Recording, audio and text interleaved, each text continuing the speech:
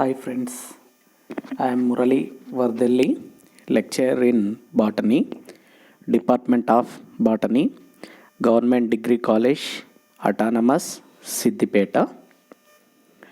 ఈరోజు మనం బాష్పోత్సేకం ట్రాన్స్పిరేషన్ అనే టాపిక్ గురించి చూద్దాం.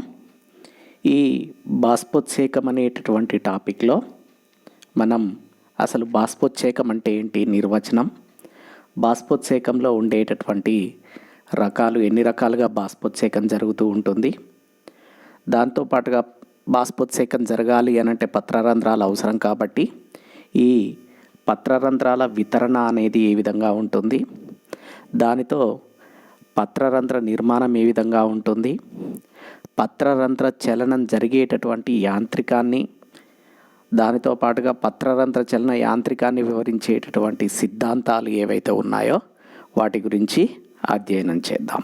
రైట్, ఈరోజు బాష్పోత్సేకం అనే టాపిక్లో మనం డిస్కస్ చేసేటటువంటి భాగాలు definition of transpiration, types of transpirations, distribution of stomata, structure of stomata, and also mechanism of stomata movement, theories of stomatal movements. Right, these are the main subtopics in this transpiration topic. Okay, so ఇందులో అసలు బాష్పోత్సేకం అంటే ఏంటి, దేన్ని బాష్పోత్సేకం అనాలి అని అంటే, మొక్కలు నీటిని ఆవిరి రూపంలో వాటి వాయుగత భాగాల ద్వారా కోల్పోయే ప్రక్రియనే బాష్పోత్సేకం, ట్రాన్స్పిరేషన్ అని అంటారు.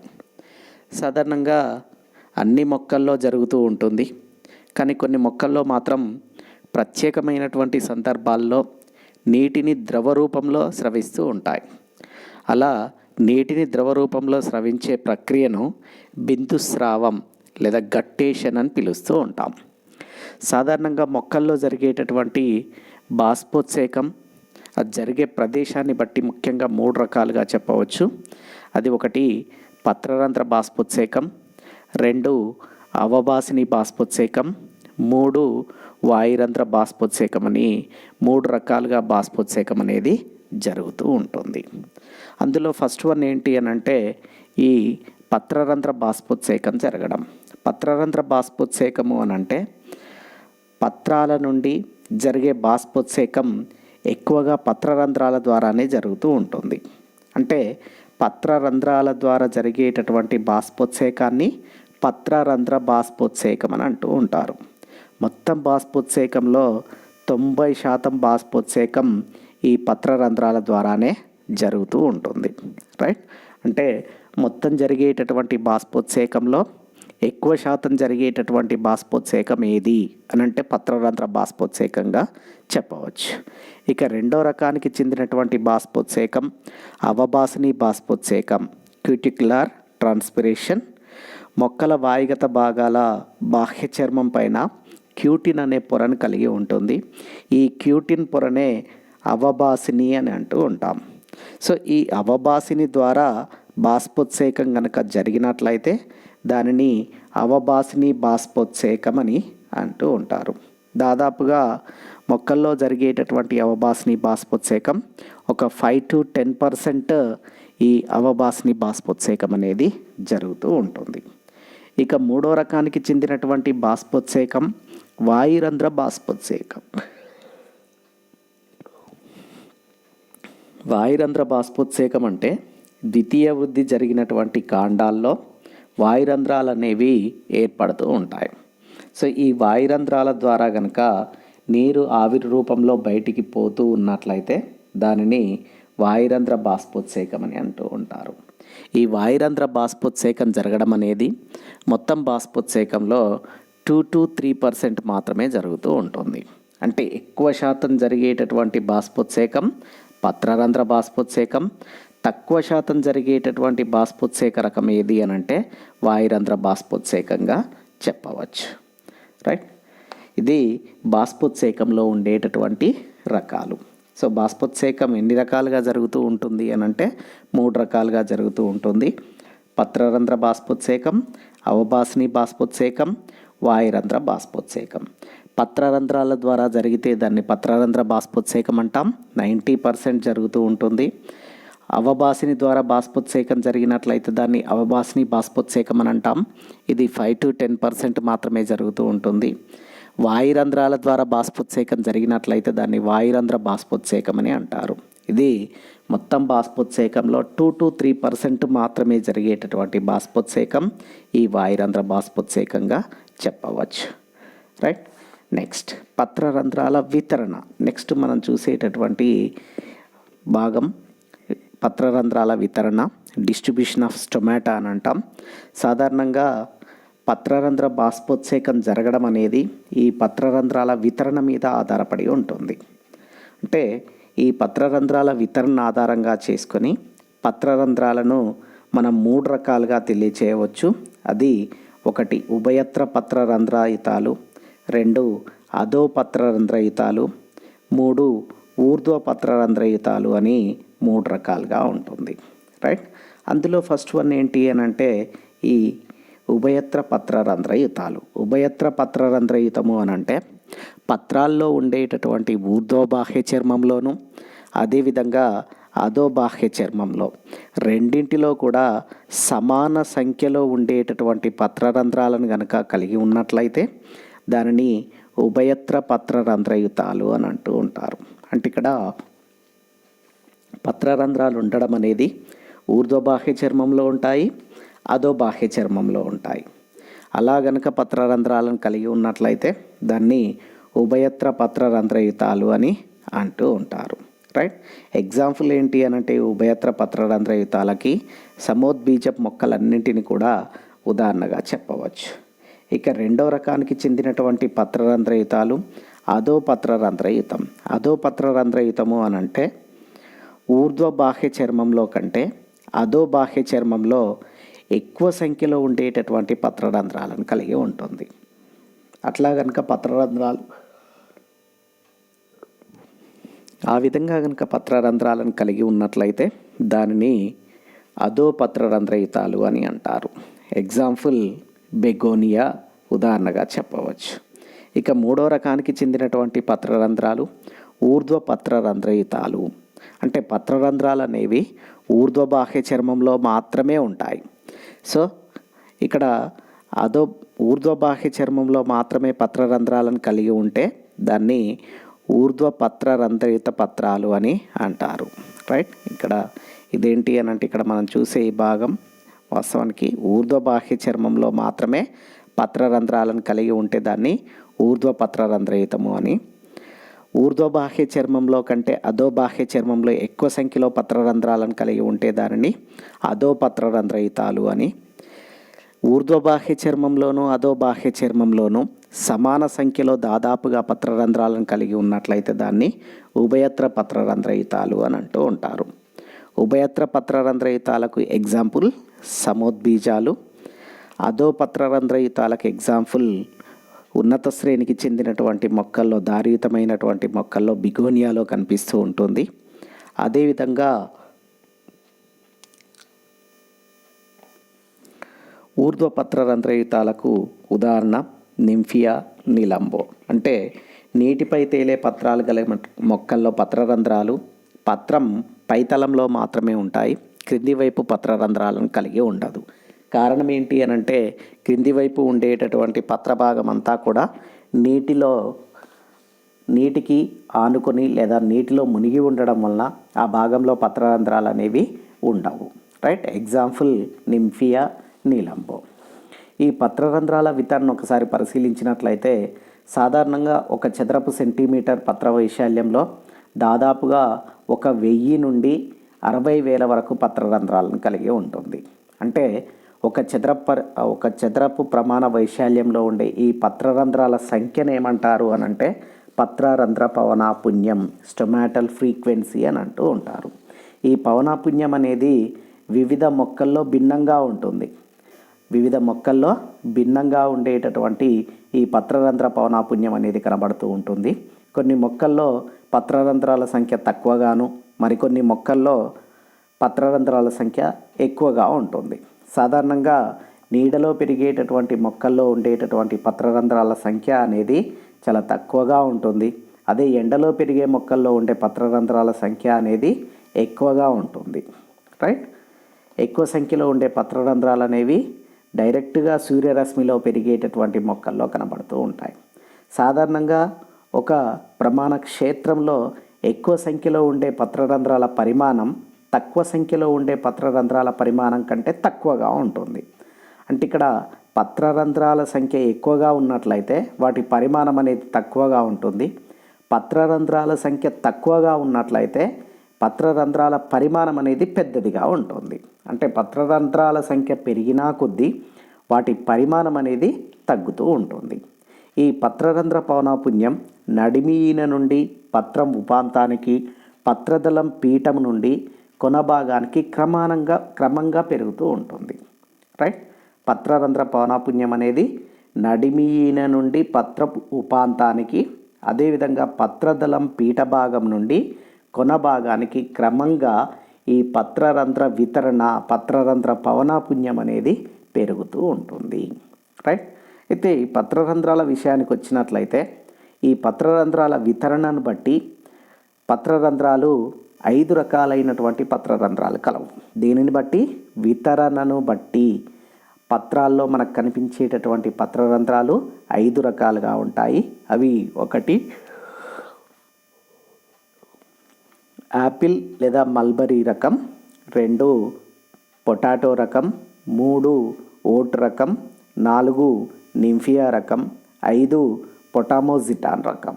సో ఈ 5 రకాలైనటువంటి పత్రరంధ్రాలు అనేవి మనకు కనబడుతూ ఉంటాయి. అందులో ఫస్ట్ వన్ ఏంటి అని అంటే యాపిల్ లేదా మల్బరీ రకం. అంటే పత్రం దిగువ తలంలో మాత్రమే పత్రరంధ్రాలను కలిగి ఉంటే దాన్ని యాపిల్ లేదా మల్బరీ రకం అని అంటాం. ఎగ్జాంపుల్ యాపిల్, మల్బరీ, పీపాల్, పీచ్ వంటి మొక్కల్లో కనబడుతూ ఉంటాయి. ఇక 2వ రకానికి చెందినటువంటివి పొటాటో రకం. ఈ పొటాటో రకంలో పత్రం ఉపరితలం కంటే దిగువ తలంలో అధిక సంఖ్యలో ఉండే పత్రరంధ్రాలు ఉంటాయి. ఎగ్జాంపుల్ చిక్కుడు, పొటాటో, టొమాటో, సన్ఫ్లవర్, క్యాబేజీ. ఇక 3వ రకానికి చెందినటువంటివి ఓట్ రకానికి చెందినటువంటివి. అంటే పత్రం 2 తలాల్లోనూ పత్రరంధ్రాల సంఖ్య దాదాపు సమానంగా ఉంటుంది. అంటే ఉభయత్ర పత్రరంధ్రయుతంగా కనబడుతూ ఉంటుంది. ఎగ్జాంపుల్ గడ్డి జాతి మొక్కల్లో కనబడుతూ ఉంటుంది. 4వ రకానికి చెందినటువంటి పత్రరంధ్రాలు నింఫియా రకం. అంటే పత్రం ఉపరితలంలో మాత్రమే పత్రరంధ్రాలు ఉంటాయి. ఉపరితలంలో మాత్రమే పత్రరంధ్రాలు ఉన్నాయి కాబట్టి వీటిని ఊర్ధ్వ పత్రరంధ్రయుతాలు అని అంటూ ఉంటారు. ఎగ్జాంపుల్ నింఫియా, నిలంబోలో కనబడుతూ ఉంటుంది. అదేవిధంగా ఇక 5వ రకానికి చెందినటువంటిది పొటామోజిటాన్ రకం. సో ఈ పొటామోజిటాన్ రకం అంటే అసలు పత్రరంధ్రాలు అనేవి ఉండవు. సో పత్రరంధ్రాలు ఉండవు. ఒకవేళ పత్రరంధ్రాలు ఉన్నట్లయితే ఇవి క్రియారహితంగా ఉంటాయి. అట్లా ఉంటే వాటిని పొటామోజిటాన్ రకం పత్రరంధ్రాలు అని అంటూ ఉంటారు. ఎగ్జాంపుల్ పొటామోజిటాన్లో కనబడుతూ ఉంటాయి. అదేవిధంగా వాలిసినేరియాలో కూడా కనబడుతూ ఉంటాయి. ఇవి మనకు వితరణను బట్టి మొక్కల్లో కనిపించేటటువంటి పత్రరంధ్రాలు. యాపిల్ మల్బరీ రకం, పొటాటో రకం, ఓట్ రకం, నింఫియా రకం, పొటామోజిటాన్ రకం అని ఈ 5 రకాలైనటువంటి పత్రరంధ్రాలు మనకు వితరణ ఆధారంగా తెలియచేయవచ్చు. ఇక రక్షక కణాల చలనాన్ని బట్టి లాఫ్ట్ ఫీల్డ్ అనే శాస్త్రవేత్త 1921వ సంవత్సరంలో 3 రకాలైనటువంటి పత్రరంధ్రాలను వర్గీకరించడం జరిగింది. అవి ఏంటివి అని అంటే 1 ఆల్ఫా రకం, 2 పొటాటో రకం, 3 బార్లీ రకం. రైట్. దేన్ని ఆధారంగా చేసుకుని రక్షక కణాల యొక్క చలనాన్ని బట్టి లాఫ్ట్ అనే శాస్త్రవేత్త 3 రకాలైనటువంటి పత్రరంధ్రాలను గుర్తించడం జరిగింది. ఆల్ఫా రకం, పొటాటో రకం, బార్లీ రకం. ఆల్ఫా రకం అనంటే ఈ రకం పత్రరంధ్రాలు అనేవి ఉదయం పూట తెరుచుకొని సాయంత్రం సమయంలో మరలా మూసుకుంటూ ఉంటాయి. సో పలుచని పత్రాలు కలిగినటువంటి సముద్బీజాల్లో ఈ ఆల్ఫా రకానికి చెందినటువంటి పత్రరంధ్రాలు అనేవి కనిపిస్తూ ఉంటాయి. ఎగ్జాంపుల్ చిక్కుడు, బఠానీ, ఆవాలు వంటి ఆవాలు, ద్రాక్ష వంటి మొక్కల్లో కనబడుతూ ఉంటుంది.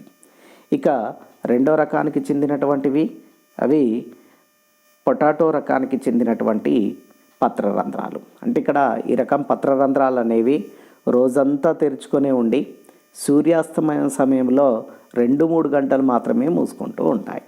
అట్లా మూసుకున్నట్లయితే వాటిని పొటాటో రకం అని అంటూ ఉంటారు. ఎగ్జాంపుల్ బంగాళదుంప, ఉల్లి, క్యాబేజీ, గుమ్మడి వంటి మొక్కల్లో కనబడుతూ ఉంటాయి. ఇక మూడో రకానికి చెందినటువంటి పత్రరంధ్రాలు బార్లీ రకానికి చెందినటువంటి పత్రరంధ్రాలు.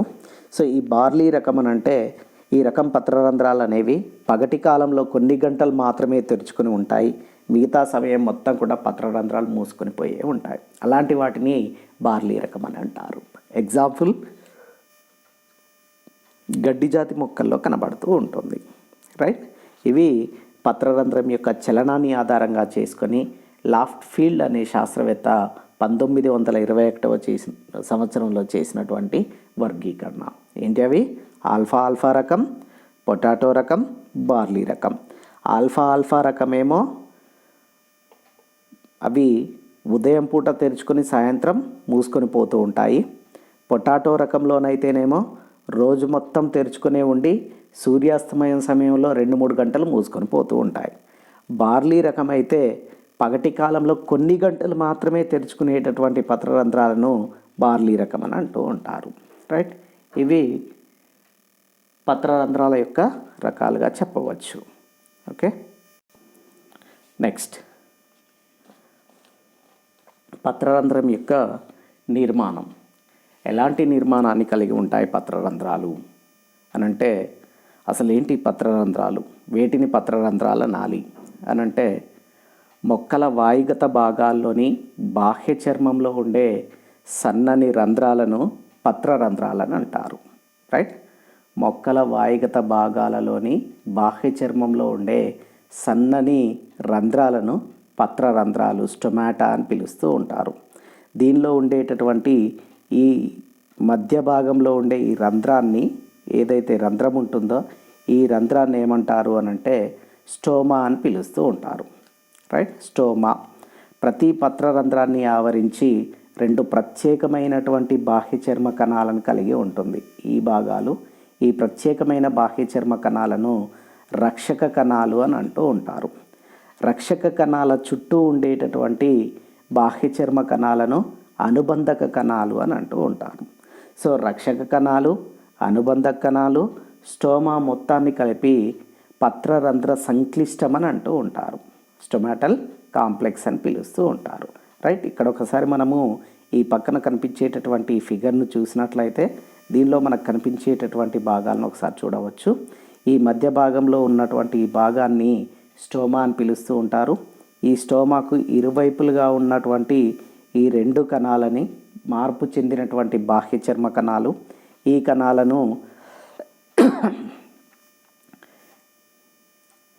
కణాలను అనుబంధక రక్షక కణాలు అని అంటూ ఉంటారు. రక్షక కణాల చుట్టూ మార్పు చెందినటువంటి బాహ్య చర్మ కణాలు ఉంటాయి. ఈ బాహ్య చర్మ కణాలను అనుబంధక కణాలు అని అంటూ ఉంటారు. సో ఈ విధంగా పత్రరంధ్రంలో స్టోమా, రక్షక కణాలు, అనుబంధక కణాలు కలిసి ఏర్పరిచినటువంటి నిర్మాణాన్నే పత్రరంధ్ర సంక్లిష్టమని అంటారు. రైట్, అయితే ఈ పత్రరంధ్ర సంక్లిష్టాన్ని మనం పరిశీలించినట్లయితే ఎలా ఉంటుంది అనంటే సాధారణంగా రక్షక కణాలు ఈ ద్విదళ బీజాలకు చెందినటువంటి మొక్కల్లోనైతే చిక్కుడు గింజ ఆకృతిలో ఉంటాయి. అదే గ్రామినే కుటుంబం ఏకదళ బీజాలకు చెందినటువంటి మొక్కల్లోనైతే మనం రక్షక కణాలు అనేవి ముద్గదాకారంగా కనబడుతూ ఉంటాయి. సాధారణంగా రక్షక కణాలు అనేవి సజీవ కణాలు. రక్షక కణాలను ఆవరించి ఉన్న కణద్రవ్యంలో స్పష్టమైనటువంటి కేంద్రకం, అనేక చిన్న చిన్న హరిత రేణువులు ఉంటాయి. ఇతర బాహ్య చర్మ కణాల్లో మాత్రం హరిత రేణువులు అనేవి ఉండవు. అంటే రక్షక కణాల్లో బాహ్య చర్మ కణాలు ఉంటాయి, కానీ అనుబంధ కణాల్లో కానీ పత్రం యొక్క ఇతర బాహ్య చర్మ కణాల్లో కానీ ఈ హరిత రేణువులు అనేవి ఉండవు. రక్షక కణాల కవచం సెల్యులోజ్ పదార్థం చేత నిర్మితమై ఉంటుంది. కణ కవచం పత్రరంధ్రాలను ఆవరించిన చోట మందంగాను, అంటే ఈ లోపలి వైపు ఉండేటటువంటి కవచం అనేది మందంగా ఉంటుంది, బయటి వైపు ఉండేటటువంటి కవచం రక్షక కణాల్లో పలచగా ఉండేటటువంటి కవచాన్ని కలిగి స్థితిస్థాపక సహితంగా ఉంటుంది. అంటే లోపలి వైపు మందంగా ఉండి స్థితిస్థాపక రహితంగా ఉంటుంది, వెలుపలి వైపు ఉండేటటువంటి కవచం పల్చగా ఉండి సాగే గుణాన్ని కలిగి ఉంటుంది. అందువలన రక్షక కణాలు స్ఫీత స్థితిలో ఉన్నప్పుడు చిక్కుడు గింజ ఆకృతిలో ఉండి పత్రరంధ్రం అనేది తెరుచుకుంటూ ఉంటుంది. ఈ పత్రరంధ్రం యొక్క అడుగు భాగంలో ఉండేటటువంటి ఖాళీ ప్రదేశం ఏదైతే ఉంటుందో ఈ ఖాళీ ప్రదేశాన్ని ఉపపత్రరంధ్ర కుహరం అని అంటూ ఉంటారు. ఈ ఉపపత్రరంధ్ర కుహరం ద్వారానే వాయు వినిమయం అనేది సాధారణంగా జరుగుతూ ఉంటుంది. పత్రరంధ్రాలు సాధారణంగా పరిసర బాహ్య చర్మ కణాలకు సమాన మట్టంలో ఏర్పడి ఉంటాయి. కానీ అదే ఎడారి మొక్కల్లో తీసుకున్నట్లయితే పత్రరంధ్రాలు అనేవి బాహ్య చర్మ కింది తలం అంటే కింది తలం వైపు ఉండేటటువంటి అదో బాహ్య చర్మంలో ఉండే పత్రరంధ్రాలు అనేవి బాహ్య చర్మానికి క్రింది వైపుగా గుంటల్లో దిగబడినట్లుగా లేదా గాడుల్లో దిగబడినట్లుగా ఉండే బాహ్య చర్మాలను పత్రరంధ్రాలను కలిగి ఉంటుంది. రైట్, ఎందుకలా దిగబడినటువంటి పత్రరంధ్రాలను కలిగి ఉంటుంది అని అంటే వాటిలో బాష్పోత్సేక ప్రమాణాన్ని తగ్గించడానికి ఈ దిగబడిన పత్రరంధ్రాలు అనేవి ఉంటాయి. ఎగ్జాంపుల్ గన్నేరు, నీరియం వడోరంలో మనకు ఈ దిగబడినటువంటి పత్రరంధ్రాలు అనేవి కనబడుతూ ఉంటాయి. రైట్, నెక్స్ట్ అదేవిధంగా ఈ పత్రరంధ్ర చలనం ఎలా జరుగుతూ ఉంటుంది? పత్రరంధ్ర చలనము అని అంటే మనం ఒకసారి పత్రరంధ్ర చలనాన్ని చూడవచ్చు. ఇందులో కాంతి సమక్షంలోనేమో పత్రరంధ్రాలు అనేవి తెరుచుకుంటూ ఉంటాయి, నిష్కాంతిలో మాత్రం పత్రరంధ్రాలు మూసుకుంటూ ఉంటాయి.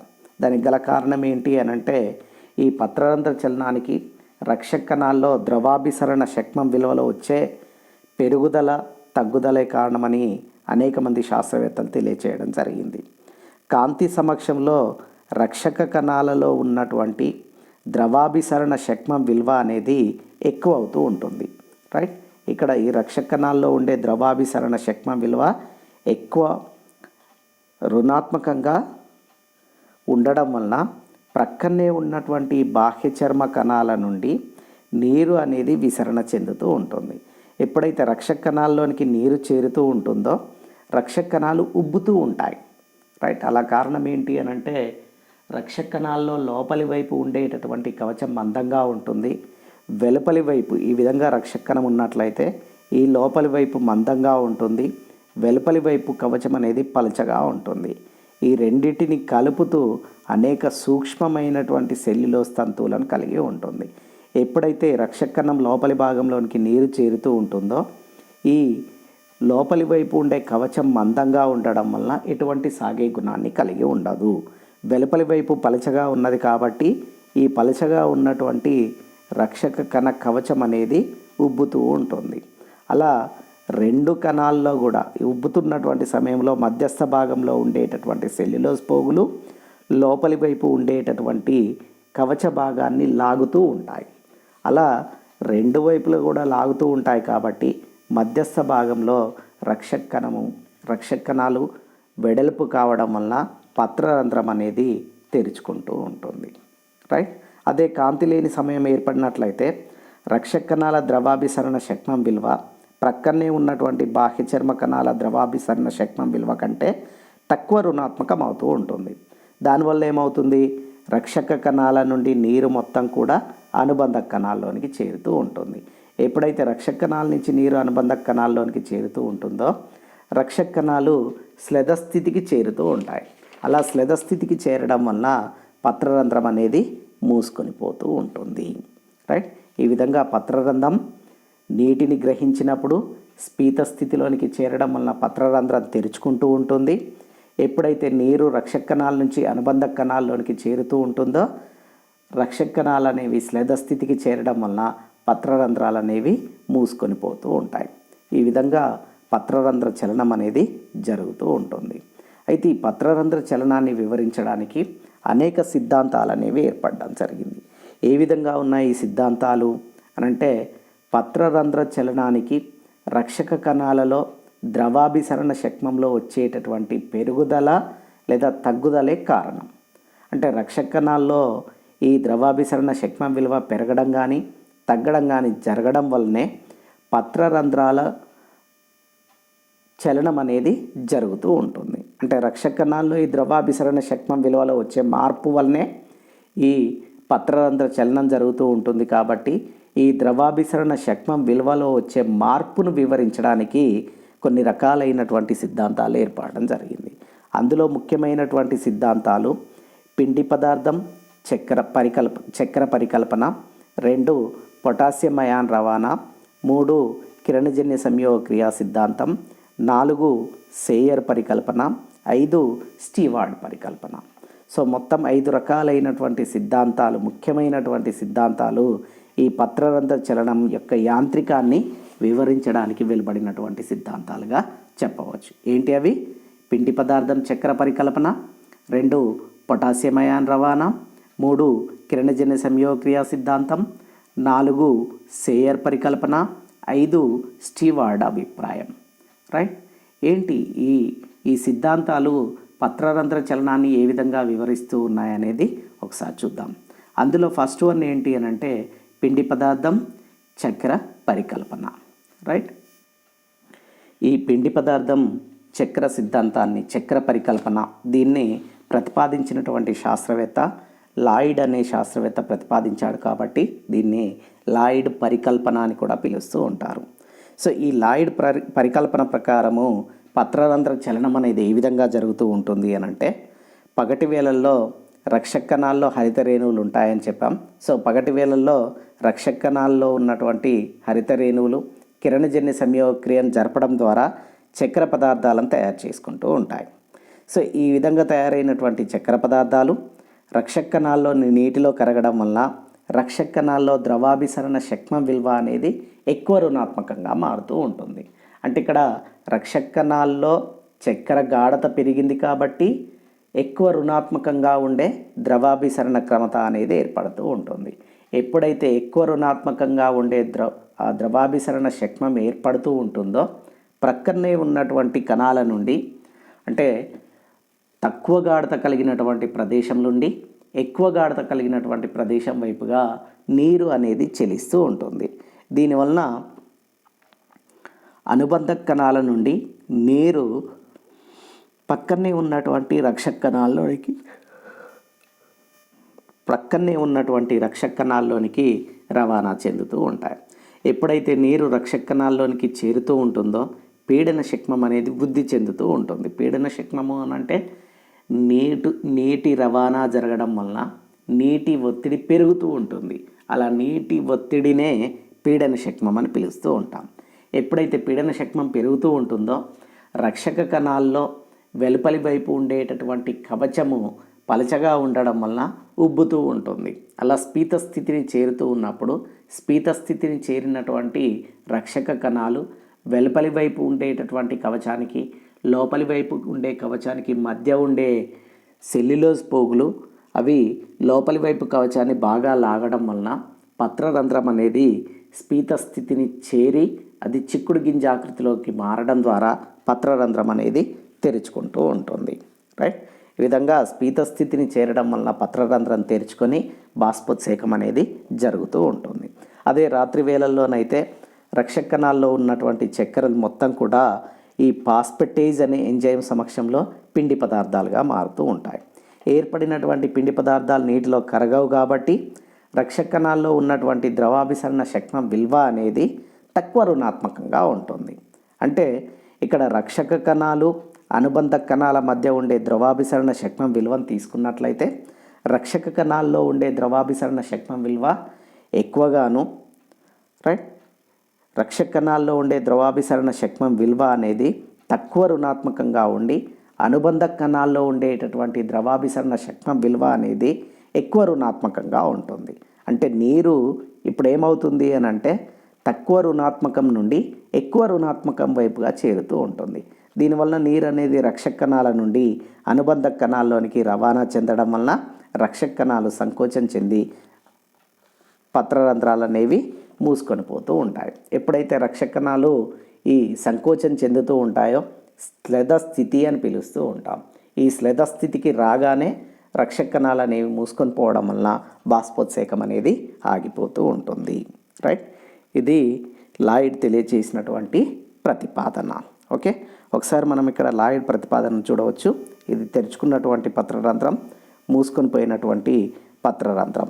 ఈ పత్రరంధ్రాల్లో ఎప్పుడైతే ఈ రక్షక కణాల్లో ఉన్నటువంటి హరిత రేణువులు కిరణజన్య సంయోగక్రియ జరుపుతూ ఉంటాయో చక్కెర పదార్థాలు ఏర్పడుతూ ఉంటాయి. చక్కెర పదార్థాలు నీటిలో కరగడం వల్ల ఎక్కువ రుణాత్మకంగా ఉండే ద్రవాభిసరణ శక్నం ఏర్పడి అనుబంధ కణాల నుండి నీరు మొత్తం కూడా రక్షక కణాల్లోనికి చేరుతూ ఉంటుంది.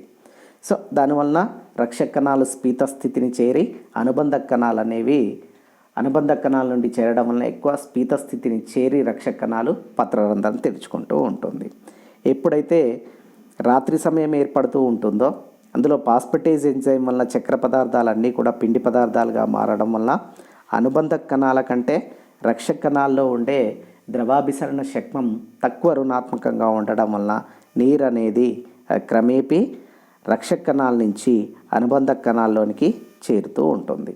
దానివల్ల పత్రరంధ్రం అనేది మూసుకొని పోతూ ఉంటుంది అని తెలియచేసినటువంటి సిద్ధాంతమే లాయిడ్ సిద్ధాంతం లేదా పిండి పదార్థం చక్కెర పరికల్పన. రైట్, ఇక రెండవ సిద్ధాంతం విషయానికి వచ్చినట్లయితే పొటాషియం అయాన్ రవాణా సిద్ధాంతం. సో పొటాషియం అయాన్ రవాణా ద్వారా కూడా పత్రరంధ్రాలు అనేవి తెరుచుకోవడం మూసుకోవడం జరుగుతూ ఉంటుంది అని మొదటిసారిగా ఇమ్యూరా మరియు ఫ్యూజినో అనే శాస్త్రవేత్తలు తెలియచేయడం జరిగింది. రైట్, అంటే వీళ్ళు రక్షక కణాల్లో ఉండే పొటాషియం అయాన్ల గాఢత ఎక్కువగా ఉన్నప్పుడు పత్రరంధ్రాలు అనేవి తెరుచుకుంటూ ఉంటాయి. రైట్, దీన్ని ఇమ్యూరా మరియు ఫ్యూజినో అనే శాస్త్రవేత్తలు నిరూపించడం జరిగింది. ఈ రక్షక కణాల్లో ఉండేటటువంటి potassium ion, chloride ion, malate అయాన్లు మొత్తం కూడా రక్షక కణాల్లో గుమికూడడం వల్ల పత్రరంధ్రాలు అనేవి తెరుచుకుంటూ ఉంటాయి. ఎప్పుడైతే కాంతి లభిస్తూ ఉంటుందో ఈ కాంతి సమక్షంలో పొటాషియం అయాన్లు అనేవి అనుబంధ కణాల నుండి రక్షక కణాల్లోనికి చేరుతూ ఉంటాయి. అంటే రక్షక కణాల్లోనికి చేరడం వల్ల పాజిటివ్ స్థితి పొటాషియం అయాన్లు పిండి పదార్థాలను చక్కెరలుగా మార్పు చెందిస్తూ ఉంటాయి. సో పిండి పదార్థాలను చక్కెరలుగా మార్పు చెందించడం వల్ల అలా విచ్ఛిన్నం చేయడం వల్ల pH విలువ అనేది పెరుగుతూ ఉంటుంది. సో pH విలువ అనేది పెరుగుతూ ఉంటుంది. దాంతోపాటుగా మాలికామ్లం గాఢత అనేది పెరుగుతూ ఉంటుంది. సో H+ ఏర్పడుతూ ఉంటుంది. ఏర్పడినటువంటి చక్కెర పదార్థాల నుంచి మాలెట్ ఏర్పడుతూ ఉంటుంది. హైడ్రోజన్ అయాన్లు ఏర్పడుతూ ఉంటాయి. సో మాలెట్ ఏర్పడడం అనుబంధ కణాల్లో ఉన్నటువంటి క్లోరైడ్ అయాన్లు రక్షక కణాల్లోనికి చేరిన వెంటనే ఈ మాలికామ్లం హైడ్రోజన్ అయాన్ గాను మాలెట్ అయాన్ గాను విడిపోతూ ఉంటుంది. రైట్, పొటాషియం అయాన్లు రక్షక కణాల్లోనికి విసరణ చెందడం వల్ల ఈ రక్షక కణాల్లో ఉండేటటువంటి పొటాషియం అయాన్లు, క్లోరైడ్ అయాన్లు, మాలెట్ అయాన్లు గుమికోవడం వలన రక్షక కణాల్లో ద్రవాభిసరణ శక్తి విలువ ఎక్కువ రుణాత్మకంగా మార్పు చెందుతూ ఉంటుంది. అప్పుడు అనుబంధ కణాల నుంచి నీరు మొత్తం కూడా రక్షక కణాల్లోనికి చెలిస్తూ ఉంటుంది. ఫలితంగా రక్షక కణాలు స్ఫీత స్థితిని చెంది పత్రరంధ్రం అనేది తెరుచుకుంటూ ఉంటుంది. రైట్, పత్రరంధ్రం అనేది తెరుచుకుంటూ ఉంటుంది. అదే రాత్రి సమయం ఏర్పడినప్పుడు పొటాషియం అయాన్లు, క్లోరైడ్ అయాన్లు రక్షక కణాల నుంచి అనుబంధ కణాల్లోనికి చేరుతూ ఉంటాయి. రైట్, అదే సమయంలో రక్షక కణాల్లో పిండి పదార్థాలు ఏర్పడి నీటిలో కరగవు కాబట్టి ద్రవాభిసరణ శక్మం తక్కువ రుణాత్మకంగా ఉంటుంది. అందువలన అనుబంధ కణాల్లో ద్రవాభిసరణ శక్మం అనేది ఎక్కువ రుణాత్మకంగా ఉండడం వలన రక్షక కణాల్లో ఉండేటటువంటి నీరు మొత్తం కూడా అనుబంధ కణాల్లోనికి విసరణ చెందుతూ ఉంటుంది. దానివల్ల పత్రరంధ్రం అనేది మూసుకొని పోతూ ఉంటుంది. ఇక్కడ చూడొచ్చు మనం ఈ భాగంలో ఒకసారి చూసినట్లయితే పిండి పదార్థాలు అనేవి చక్కెరలుగా మార్పు చెందుతూ ఉంటాయి. ఎప్పుడు పిండి పదార్థాలు చక్కెరలుగా మార్పు చెందుతూ ఉంటాయి అని అంటే పొటాషియం అయాన్ అనేది అనుబంధ కణాల నుంచి రక్షక కణాల్లోకి చేరిన వెంటనే పిండి పదార్థాలు చక్కెరలుగా ఏర్పడుతూ ఉంటాయి. పిండి పదార్థాలు చక్కెరలుగా ఏర్పడగానే చక్కెర శాతం పెరుగుతూ ఉన్నది కాబట్టి గాఢత పెరగడం వలన pH విలువ మారుతూ ఉంటుంది. దానితో పాటుగా చక్కెర పదార్థాలను ఎప్పుడైతే పొటాషియం అయాన్లు రక్షక కణాల్లోనికి చేరుతూ ఉంటాయో పాజిటివ్ స్థితి అనేది పెరుగుతూ ఉంటుంది కాబట్టి దాన్ని తటస్థం చేయడం వరకు క్లోరైడ్ అయాన్లు కూడా రక్షక కణాల్లోనికి చేరుతూ ఉంటాయి. అలా క్లోరైడ్ అయాన్లు చేరిన వెంటనే ఈ చక్కెర పదార్థాలు విచ్ఛిన్నం చెంది మాలెట్ అయాన్ హైడ్రోజన్ అయాన్ గాను మాలెట్ అయాన్గా ఏర్పడుతూ ఉంటుంది. సో ఈ హైడ్రోజన్ అయాన్ అనుబంధ కణాల్లోనికి చేరుతూ ఉంటుంది. దానికి అనుకూలంగా క్లోరైడ్ అయాన్లు అనేవి రక్షక కణాల్లోనికి చేరుతూ ఉంటాయి. దీనివలన రక్షక కణాల్లో పొటాషియం అయాన్లు, క్లోరైడ్ అయాన్లు, మాలెట్ అయాన్లు పెరగడం వలన గాఢత పెరుగుతూ ఉంటుంది. ఎక్కువ ద్రవాభిసరణ శక్మం ఎక్కువ రుణాత్మకంగా మార్పు చెందడం వలన అనుబంధ కణాల నుంచి నీరు రక్షక కణాల్లోనికి చేరుతూ ఉంటుంది. దానివలన రక్షక కణాలు ఉబ్బి స్ఫీత స్థితిని చెందడం వలన పత్రరంధ్రం అనేది తెరుచుకుంటూ ఉంటుంది. అదే రాత్రి సమయంలో ఈ పొటాషియం అయాన్లు, క్లోరైడ్ అయాన్లు రక్షక కణాల నుంచి అనుబంధ కణాల్లోనికి రవాణా చెంది ఈ రక్షక కణాల్లో ఉండే పిండి పదార్థాలు అంటే చక్కెరలు మొత్తం కూడా పిండి పదార్థాలుగా ఏర్పడడం వలన ఈ పిండి పదార్థాలు నీటిలో కరగవు కాబట్టి ద్రవాభిసరణ శక్మం విలువ అనేది తక్కువ రుణాత్మకంగా ఉంటుంది. అదే అనుబంధ కణాల్లో పొటాషియం అయాన్లు, క్లోరైడ్ అయాన్లు చేరాయి కాబట్టి ద్రవాభిసరణ శక్మం విలువ అనేది పెరగడం వలన నీరు రక్షక కణాల నుంచి అనుబంధ కణాల్లోనికి చేరడం వలన పత్రరంధ్రం అనేది మూసుకొని పోతూ ఉంటుంది. ఇది పొటాషియం అయాన్ యొక్క పొటాషియం అయాన్ గాఢత, అయాన్ల గాఢత రవాణాగా చెప్పవచ్చు. రైట్. నెక్స్ట్ ఇక మూడో రకానికి చెందినటువంటి సిద్ధాంతం కిరణజన్య సంయోగక్రియ సిద్ధాంతం. ఈ కిరణజన్య సంయోగక్రియ సిద్ధాంతాన్ని ప్రతిపాదించినటువంటి శాస్త్రవేత్త వాన్ మోల్ అనే శాస్త్రవేత్త తెలియచేయడం జరిగింది. అంటే పత్రరంధ్రాలు మూసుకోవడం, తెరుచుకోవడం అనేది రక్షక కణాల్లో జరిగే కిరణజన్య సంయోగక్రియపై ఆధారపడి ఉంటుంది అని వాన్ మోల్ అనే శాస్త్రవేత్త తెలియచేయడం జరిగింది. సో వాన్ మోల్ తెలియచేసిండు ఈ సిద్ధాంతాన్ని. అంటే ఎట్లా జరుగుతుంది అని అంటే కాంతి సమక్షంలో రక్షక కణాల్లోని హరిత రేణువులు కిరణజన్య సంయోగక్రియ జరపడం ద్వారా చక్కెర పదార్థాలు ఏర్పడుతూ ఉంటాయి. ఈ చక్కెర పదార్థాలు రిక్తికలోనికి చేరటంచే కణరసం గాఢత పెరిగి ద్రవాభిసరణ శక్మం అనేది ఎక్కువ రుణాత్మకంగా మార్పు చెందుతూ ఉంటుంది. అప్పుడు అనుబంధ కణాల్లో ఉండే నీరు మొత్తం కూడా ఈ రక్షక కణాల్లోనికి విసరణ చెందడం వలన రక్షక కణాలు స్ఫీత స్థితిని చెంది వ్యాకోచం చెందడం వలన పత్రరంధ్రం అనేది తెరుచుకుంటూ ఉంటుంది.